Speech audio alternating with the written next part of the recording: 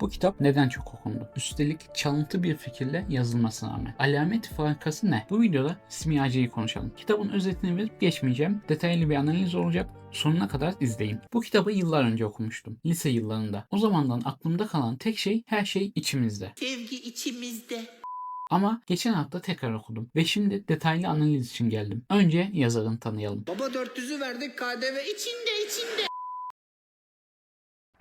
Simyacıyı anlamak için önce Paulo Coelho'yu anlamak gerekiyor. Çünkü bu kitap yazarın bizzat yaşadığı bir dönüşümün ürünü ve bu bağlantıyı bilmeden okumak ile bilerek okumak arasında ciddi bir fark var. Paulo Coelho 1947 yılında Brezilya'nın Rio de Janeiro şehrinde dünyaya gelmiş. Romanlarıyla tanınmadan önce Brezilya'da şarkı sözü yazarı olarak çalışmış. Tiyatro yönetmenliği, oyunculuk ve gazetecilik de yapmış. Dağınık, çok yönlü bir kariyer ve bu dağınıklık onu büyük bedellerle karşı karşıya bırakmış. Gençliğinde ebeveynleri onu akıl hastanesine yatırmış. Ailesi tarafından bir dönem ruh sağlığının bozuk olduğundan şüphelendiği için 3 sefer akıl hastanesine gönderilmiş. Sonra askeri diktatörlük döneminde hapse girmiş. Yazar 1970-1980 yıllarında Brezilya'daki askeri diktatörlük döneminde görüşlerinden dolayı kısa süreliğine hapse atılmış. Tüm bu kırılmalar insanı ya tamamen çökertir ya da bambaşka bir yere taşır. Paulo Coelho için bu ikincisi olmuş. Hayatının gerçek dönüm noktası ise 1986 yılında yaşanmış.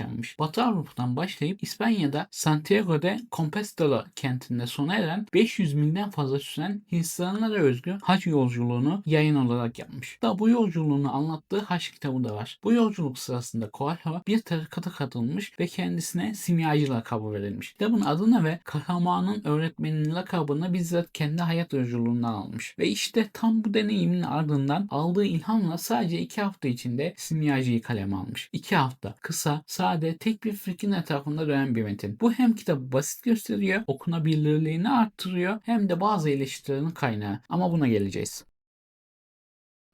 Simyacının kökleri çok daha derinlere uzanıyor. Roman, Mevlana'nın Mesnevisinde yer alan bir küçük öyküden yola çıkarak yazılmış. Yani Paulo Coelho sıfırdan kurgulamamış. Çok eski bir hikayenin tohumunu almış, kendi toprağına ekmiş ve farklı bir bitki yetiştirmiş. Edebiyatta bu tip metinler arasında değerli görülen bir şeydir. Büyük yazarlar neredeyse her zaman gelenekten beslenir. Paulo Coelho da öyle yapmış. İlk başta bu hikayeden esinlenmedim dese de daha sonra ilham kaynağının o hikaye olduğunu söylemiş. Hikayenin kökeni önemli. Çünkü Mevlana Anadolu'da bu topraklarda yüzyıllardır okunan bir isim ve simyacının Türkiye'de bu kadar geniş bir karşılık bulmasının nedenlerinden biri belki de tam bu. Kitabın özünde tanıdık bir şey var. Bunu ilerleyen bölümlerde daha ayrıntılı konuşacağız. Türkiye'de 1996 yılından bu yana çok okunan kitap kimi için kesin okunması gereken bir kitapken kimi içinse abartılmış bir şey haline geldi. Her ikisi de meşru tepkiler. Ben bu ikisi arasında bir yerde durmaya çalışacağım. Şimdi asıl soruya geçelim. Bu kitap ne anlatıyor? Simyacı bir çobanın hazine arayışını konu alırken aslında insanın kendi içsel yolculuğunu ve evrenle olan bağını sorgulayan bir masal niteliği taşıyor. Niteliği taşıyor diyorum çünkü bunun bir roman mı, bir kişisel gelişim kitabı mı olduğu zaten tartışmalı. Kahramanımız Santiago, İspanya'nın Endülüs bölgesinde koyun çobanlığı yapan genç bir adamdır. Kilisede uyurken tekrar eden bir rüya görür. Mısır'daki piramitlerin yakınında bir hazine gizlidir ve bu hazine ona aittir. Santiago bu rüyayı defalarca görür. Bir gün Tarifa'da yaşlı ve gizemli bir adamla karşılaşır. Bu adam kendini kral olarak tanıtır. Kral ona kişisel menkıbe kavramını anlatır ve Santiago'nun içindeki potansiyeli keşfetmesi için hazineyi bulmak üzere yola çıkması için teşvik eder. Kişisel menkıbe bir insanın dünyaya neden geldiğini, hayattaki asıl amacının ne olduğunu ifade ediyor. Santiago koyunlarını satar ve Afrika'ya Tanca'ya geçer. Burada büyük bir talihsizlikle karşılaşır, tüm parasını çaldırır. Umutsuzluğa kapısı da pes etmez ve bir kristal dükkanında çalışmaya başlar. Bu bölüm hem ekonomik hem de felsefi açıdan çok önemli bir durak. Dükkanın sahibi değişmekten korkan, hayallerinden vazgeçmiş, keşke ile yaşayan bir adam. Santiago ise onunla zıt kutuplar gibi. Dinamik, meraklı, hareket halinde. İki yaşam biçiminin karşılaşması bu. Dükkanından kazandığı parayla çölü aşmak için bir kervana katılır. Kervan yolculuğu sırasında bir simyacı adayıyla tanışır. Bu adam kitaplardan simya öğrenmeye çalışırken Santiago çölün ve doğanın dilini yani dünya dilini öğrenmeye başlar. Bu Bu hacim kitabın en verimli fikirlerinden biri. Teorik bilgi ile yaşanmış bilgi arasındaki fark. Ama yazar bunu yeterince işlemiyor maalesef. O simyacı adayı birkaç satırda belirip kayboluyor. Sonra kabile savaşları patlak verir ve kervan bir vahaya sığınmak zorunda kalır. Burada Santiago'nun hayatı değişir. Fatıma ile tanışır. Fatıma sadece romantik bir unsur değil, aynı zamanda Santiago'nun kişisel menkıbesiyle aşk arasında seçim yapma zorunda kalacağı büyük çatışmanın tetikleyicisidir. Vahada Santiago asıl simyacı ile tanışır. Çölde yaşayan, bilgiliğiyle ünlü gizemli bir figür. Santiago'ya evrenin dilini anlamayı ve kalbinin sesini dinlemeyi öğretir. Uzun ve tehlikeli bir çöl yolculuğunun ardından Santiago nihayetinde piramitlere ulaşır. Ve işte işin ilginç yanı da burada başlıyor. Hazine İspanya'da yolculuğuna başladığı yerde terk ettiği o eski kilisenin altında gömülüdür. Ve Santiago bunu binlerce kilometre yol yapıp geri döndükten sonra öğrenir. Şimdi gelelim bu kitabı anlamlandıran kavrama, kişisel menkıbe. Yazar bu eserinde kişisel menkıbe kavramını merkeze alarak insanın hayallerinin peşinden gitmesinin evrensel bir zorunluluk olduğunu savunuyor. Kişisel menkıbe, insanın hayatta gerçekleşmesi gereken en derin arzusunu, yaşam amacını ifade ediyor. Her bireyin kendi yazgısını takip etmesi gerektiğini savunuyor Paulo Coelho. Peki bu kavram neden bu kadar geniş bir kitleye ulaşıyor? Çünkü herkese hitap eden bir fikir. Zengin ya da yoksul, eğitimli ya da cahil, genç ya da yaşlı, her insanın bir kişisel menkıbesi olduğunu söylüyor ve evren insanın bu menkıbesini gerçekleştirmesi için yardım eder diyor. Kitabın ana fikri şu: İnsan yürekten istediği bir şeyin peşinden gittiğinde tüm evren onun bu isteğine ulaşması için işbirliği yapar. Bu fikir hem mistik, manevi hem de çok pratik bir çerçevede sunuluyor. Bir yanda işaretler var, sezgiler var, evrenin dili var. Öte yanda ise somut bir mesaj. Harekete geç, risk al, korku beklenen bir şey ama onu geride bırakmak gerekiyor diyor. Şimdi eksik olduğu noktaya da gelelim. Bu kadar evrensel bir evren size yardım eder mesajı gerçek hayatla her zaman örtüşmüyor. Yazar hayallerinin peşinden gidip başarısız olan, trajedi yaşayan, haksızlığa uğrayan insanlar hakkında pek konuşmuyor. Bu karanlık köşelere girmiyor. Bilinçli bir tercih mi yoksa bir eksiklik mi? İkisi de denilebilir. Eğer her ihtimali kapsasaydı bu kitap çok daha ağır ve daha az okunabilir olurdu. Ama benim gibi bazı okuyucular için bu seçicilik kitabı gerçeklikten kopuk hissettiriyor. Santiago'nun yolculuğu boyunca karşılaştığı her karakter bu merkezi fikrin farklı bir yüzünü gösteriyor. Kristal dükkanının sahibi vazgeçmenin ne anlama geldiğini somutlaştırıyor. Mekke'ye gitme hayalini içinde tutmuş ama hiç gerçekleştirmemiş yaşlı bir adam. Seçim yapmak da bir seçimdir diyor yazar bize dolaylı olarak. Ve bu seçimin bedeli kalbinde küçük ama sürekli bir ağrıyla yaşamak. Fatıma ise tam tersini temsil ediyor. Santiago'ya git diyor. Dönüp dönmeyeceğini bilmeden git. Çünkü bu senin yolun diyor. Gerçek aşkın kişiyi özgür bıraktığını gösteriyor. Simyacı sembolik açıdan zengin bir metin. Her şey bir şeyi temsil ediyor. Her karakter, her yer, her nesne başka bir anlam taşıyor. Hazine insanın ulaşmak istediği nihai hedefi ve kendi gerçekleştirme sürecini sembolize ediyor. Çöl insanın kendi iç dünyasıyla yüzleştiği zorluklarla dolu arınma alanı, simyacı bilgeliği temsil eden manevi rehber. Bunlar oldukça klasik semboller ve yazar bunları açık yüreklilikle kullanıyor, gizlemiyor, saklı tutmuyor. Simya metaforu bunların içinde en derinlikli olanı. Simya yüzeysel okunursa koşunu altına çevirme deneyi gibi görünür. Ama aslında şunu sembolize ediyor: bireyin ham ve işlenmemiş halinden daha bütünleşmiş, olgun bir hale evrilmesi. Santiago kurşun olarak başlıyor, altın olarak dönüyor. Ama bu fiziksel değil, manevi bir dönüşüm. Piramitlerin altındaki altınlar ise ulaşılmaz gibi görünen hayalleri sembolize ediyor. Ama dikkat edin, kitabın sonunda hazine piramitlerin altında değil. Bu son derece önemli bir ayrıntı. Hayalin işaret ettiği yöne gidersiniz ama hazineyi beklenmedik bir yerde bulursunuz. Yolculuğun kendisi sizi dönüştürür. Varış noktası aslında o dönüşümün meyvesi. Bir de dünya dili kavramı var. Yazar bunu insanın doğayla, kaderle ve kalbiyle kurduğu sessiz bağ olarak tanımlıyor. Bu dili anlayabilen hayatın ritmini de anlar. Kulağa soyut geliyor ama Paulo Coelho bunu Santiago'nun çölde rüzgarla, kumla, yıldızlarla ilişki kurduğu satırlarla somutlaştırıyor. Bazı okuyucular bu sahnelerde gerçekten bir şeyler hissediyor. Bazıları ise fazla mistik yani manevi buluyor. İkisi de anlaşılabilir. Şimdi bu incelemenin en önemli bölümüne geliyorum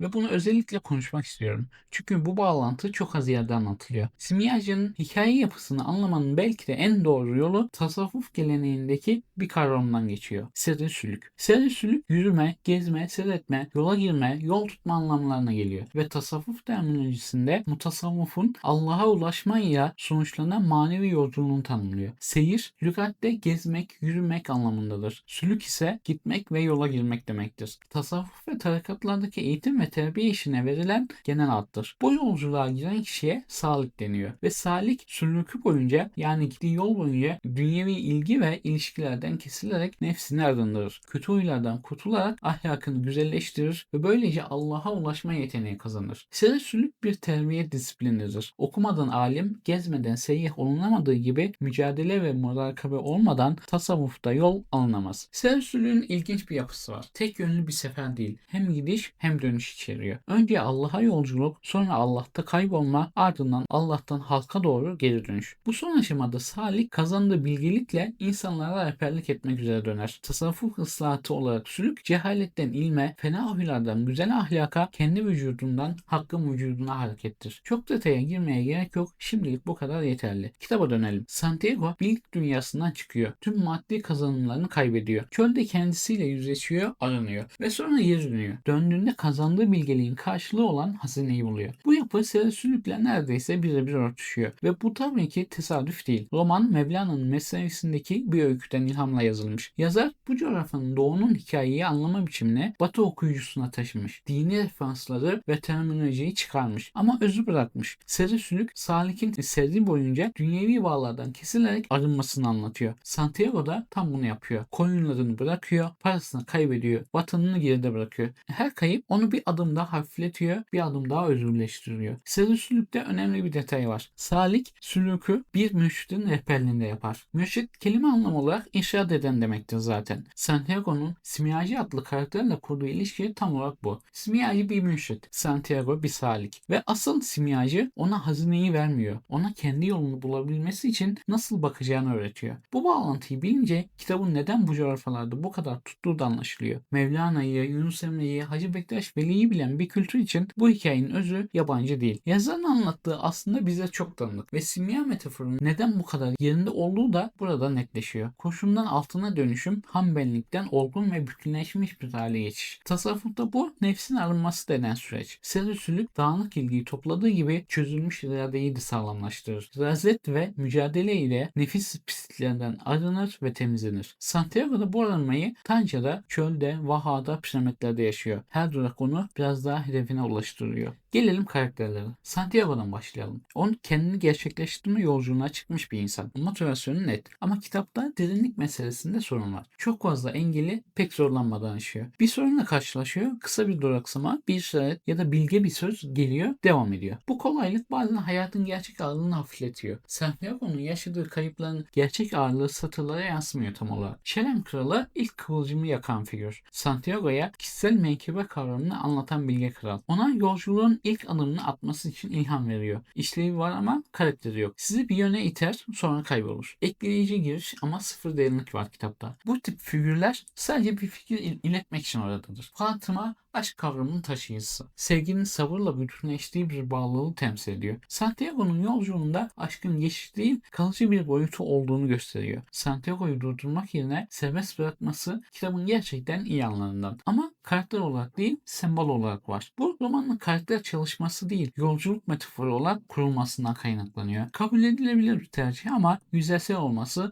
akılda kalıcılığı yitiriyor. Asıl simyacı ise bir mürşit figürü. Santiago'nun kendi yolunu bulabilmesi için ona derin bilgiliğiyle eşlik ediyor. Ona evrenin dilini öğretiyor. Kalbini dinlemeyi öğretiyor. Bu karakter Selefsülük'teki mürşit anlayışıyla doğrudan örtüşüyor. Sana cevabı vermeyen ama soruyu nasıl soracağını gösteren biri. Yazar kısa ve anlaşılır cümleler kurarak mesajlarını doğrudan aktarıyor. Dilin bu sadeliği eserin farklı yaş ve kültürlerden okurlara ulaşmasını sağlıyor. Ama bu sadelik üzerine dürüst olmak gerekiyor. Sadelik iki yönü keskin bir bıçak. Bir yanda dili çok karmaşık olan bir edebiyat yapıtına ulaşamayan milyonlarca okuru bu kitaba çekiyor. Bu gerçek bir güç. Öte yanda bu sadelik bazen şiirselliğin önünde duruyor. Yazar bazı bölümlerde sembolleri ve mesajlarını okuyucunun keşfetmesine bırakmıyor. Doğrudan açıklıyor. İyi bir roman size bir şeyi söylemez, hissettirir. Paulo Coelho ikisi arasında gidip geliyor. Bazen hissettiriyor, bazen anlatıyor. Diyaloglara gelecek olursak karakterler zaman zaman gerçek insanlar gibi değil, felsefi aforizmaları sıralamak için oradaymış gibi konuşuyor. Kral, simyacı ve ve Santiago arasındaki konuşmalar romanın ana temalarının doğrudan ifade edildiği yerler. Bu bir kişisel gelişim kitabında normal karşılanabilir ama roman olarak okunduğunda yapaylık hissettiriyor. Roman 3. tekil şahıs anlatıcıyla kaleme alınmış. Bu anlatıcı Santiago'nun hem dış dünyasını hem de içsel düşüncelerini aktarıyor. Okur Santiago'nun içsel gelişimine yakından tanıklık ediyor. Masalcı ve didaktik bir dil. Beklentinizi buna göre ayarlamanız lazım. Şimdi biraz da araştırdıklarımla konuşalım. Simyacı tartışmalı bir kitap ve bu tartışmanın meşhur bir temeli var. Okurlar ne kadar çok seviyorsa eleştirmenler de o kadar sert eleştiriyor yazarı. Yapıtlarına damgasını vuran anlam arayışı motifinin sürekli tekrarı, hemen herkesin zaten bildiği basit gerçekleri söylemesi ve iddia ettiği gizemi metinlerine tam olarak aktaramaması. En yaygın eleştiriler arasında. Kimi eleştirmenler ise tam aksine bütün bunlarda yazarın son derece içten olduğunu söylese de üslubun zayıflığı, renksiz tasvirleri, dilinin yoksulluğu, karakterlerin sadece taslak halinde kalması acıca eleştiriliyor. Bu eleştirilere kısmen hak veriyorum. İlk okumamda, lise yıllarında okuduğumda bende büyük bir etki bırakmıştı. Onun için tekrar okudum ama şimdiki okumamda eleştirilecek çok yönü var. Birinci eleştiri didaktik olması. Romanın en önemli sorunlarından biri fazla açıklayıcı anlatım. Yazar bazı bölümlerde sembolleri okuyucuya doğrudan açıklıyor. Bu okuyucuyu pasif bir alıcıya dönüştürüyor. Bir şeyi kendiniz keşfettiğinizde o keşfin size aidiyeti çok daha güçlü olur. Yazar bu alanı zaman zaman kapatıyor. İkinci eleştiri karakter yüzeyselliği. Bazı karakterlerin kısa süreli görünümleri gerçekten yüzeysel. Bu tercihler yazarın romanı bir karakter çalışması değil,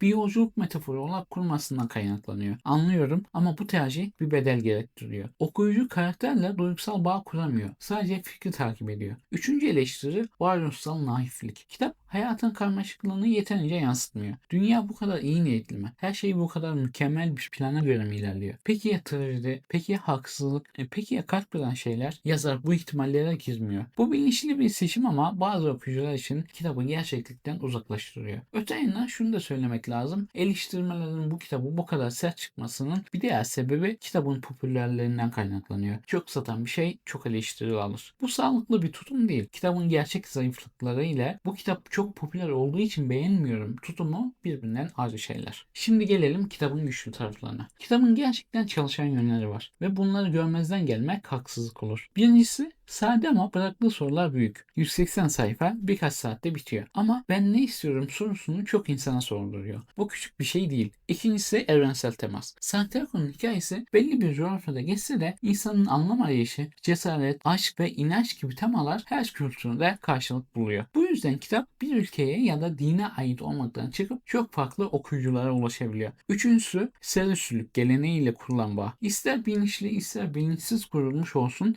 kitaba gerçek bir derinlik katıyor. Yüzeysel okunursa motivasyon hikayesi bu kitap. Ama biraz daha dikkatli okunursa yüzyıllık bir maneviyat geleneğinin modern ve erişilebilir bir versiyonu. Dördüncüsü okurla kişisel ilişki kurabilmesi. Her okuyucu Santiago'da kendi arayışını buluyor. Bu nedenle kitap kişisel düzeyde okurlarda farklı etkiler bırakıyor. Kim için kırılma noktası oluyor, kim için basit bir hikaye. Bu çok yönlü, çok az kitapta var. Beşincisi kitap bir ders vermiyor, bir soru soruyor. Senin menkıben ne sorusu? Bu soruya cevap vermek zorunda değilsiniz. Ama soruyla baş başa kalmak bile çok önemli. Simyacı birkaç felsefi ve manevi geleneği harmanlıyor. Bunu çok açık değil ama görünür biçimde yapıyor. Birincisi Gustav Jung'un analitik psikoloji kavramı. Simya metaforu bireyin içsel dönüşümünü sembolize ediyor. Yani benliğin ham ve işlenmemiş halinden daha bütünleşmiş bilge bir hale evrilmesi. Bu Carl Gustav Jung'un bireyleşme olarak tanımladığı süreçle örtüşüyor. İnsan hayatı boyunca kendi bütünlüğüne doğru bir yolculuk yapar. Santiago'nun yolculuğu bu anlamda bireyleşme sürecinin masallaştırılmış hali. İkincisi tasavvuf geleneği. Mevlana'nın mesnevisinden beslenen kitap özellikle arayış ve dönüş temalarında Sufi düşüncesiyle örtüşüyor. Hem var olmak için uzaya gitmek hem de ev kavramının yeniden tanımlanması bunlar Sufi metinlerinde çok sık karşılaşılan motifler. Üçüncüsü varoluşçuluk. Kitap özgür iradeyi merkeze alıyor. Santiago her adımda kendi seçimini yapıyor. Kimse onu zorlamıyor. Bu seçimlerin toplamı onun kimliğini şekillendiriyor. seslendiriyor. Bu Sartre'nin varoluş özden önce gelir fikrinin çok daha hafif ve erişilebilir bir versiyonu. Yazarın dilinde altın insanın potansiyeline, taş ise ham halini simgeliyor. Bu yüzden simya kimyasal bir işlemden çok ruhsal bir olgunlaşma. Santiago yolculuğu boyunca benliğini arıtıyor. Sevgi, cesaret, inanç ve sezgi bu arınmanın araçları haline geliyor. Dış dünyayı değiştirmeye çalışmadan önce içsel bir düzen kurmanın gerekliliği kitabın temel mesajı. Bu katmanları fark edince kitabın neden bu kadar farklı insana ulaştığı anlaşılıyor. Teolojik okursanız dini semboller var. Psikolojik okursanız Carl Gustav Jung var. Felsefi okursanız varoluşçuluk var. Sadece macera okursanız Santiago'nun yolculuğu var. Yani herkes kendi düzeyinden bir şeyler alıyor bu kitaptan. Şimdi geliyoruz kitabın en meşhur ve en tartışmalı kısmına, sonuna. Hazine piramitlerin altında değil, Santiago'nun başladığı yerde olduğu ortaya çıkıyor. O eski İspanyol kilisesinin altında. Bu final aslında çok katmanlı. Bir yandan aptalca bir yolculuk muydu bu diye düşünebilirsiniz. Zaten oradaydı. Neden gittin? Ama Paulo Coelho'nun mesajı bence şu. Arayışın amacı bir şeyi bulmak değil, o süreçte kim olduğunu anlamak. Eğer Santiago yolculuğa çıkmasaydı hazineyi bulamazdı. Evet, hazine fiziksel olarak İspanya'daydı. Ama Tanca'yı, çölü, Fatıma'yı, simyacıyı yaşamadan o hazinenin ne olduğunu bilemezdi. Bilseydi bile ne yapacağını bilemezdi. Ruhsal olgunluk olmadan maddi hazine anlamsız. Bu mesaj kulağa basit geliyor ama içinde gerçekten önemli bir şey var. Sezgisizlikle bağlantısına tekrar bakalım. Sezin son mertebesi olan Sezi Anilla, Allah'tan halka doğru geri dönüş, aynı zamanda kazanılan bilgeliği hayata geçirme aşaması. Santiago piramitlerden geri döndüğünde hazineyi buluyor. Burada hazine para değil ya da altın değil. Sezgisizlikte olduğu gibi tüm yolculuğun meyve vermesi. Bir de şunu düşünmek gerekiyor. Piramitler yanlış bir hedef miydi? Hayır. Piramitler doğru yöne işaret eden ama yanlış adresi gösteren bir rehber gibiydi. Sizi doğru yönde yürüdü. Varış noktanız, sandığınız yer aslında geçiş noktasıydı. Hayatta da böyle durumlar olmuyor mu? Bazen yanlış gibi görünen bir hedef sizi doğru bir yere taşıyor. Yazar bu fikri çok doğrudan söylüyor ve bu bir sorun bence. Biraz daha belirsizlik bırakılsaydı okuyucu bu sonucu kendisi bulacaktı. Bu deneyim çok daha güçlü olurdu. Ama yazar okuyucuyu bu keşfe ortak etmek yerine sonucu kendisi açıklıyor. Romanın didatik olması en çok burada hissediliyor. Burada dürüst bir değerlendirme yapayım. Bu kitap herkese öyle değil. Eğer edebiyatta karmaşık karakter psikolojisi, güçlü anlatı gerilimi, dil derinliği ve toplumsal eleştiri arıyorsanız Simyacı sizi tatmin etmeyecek. Beni tatmin etmedi. Kitabın sadeliği, detaysızlığı ve konunun tek bir yönde ilerlemesi sevdiğin yemek tuzsuz olur ya, öyle bir his oluşturuyor. Ama eğer hayatınızın bir kavşağındaysanız, yaşınız gençse, bir şeylerin nereye gittiğini merak ediyorsanız, hayallerinizi ne zaman bıraktığınızı fark etmeden bıraktıysanız bu kitap size bir şeyler söyleyebilir. Her şeyin cevabını vermeyecek ama size doğru soruyu sordurabilecek bir kitap. Burada sormamız gereken asıl soru şu. Bir kitaptan ne istiyorsunuz? Edebi bir deneyim mi? Felsefi bir sorgulama mı? Motivasyon mu? Simyacı birinci kategoride ortalama, ikinci kategoride belirli güçleri ve aşkları olan, üçüncüsünde ise geniş bir kitlede işe yarayan bir kitap. Burada bir konudan daha bahsetmek istiyorum. Simyacı kişisel gelişim kitabı mıdır, roman mıdır? Bu tartışmayı çok duydum.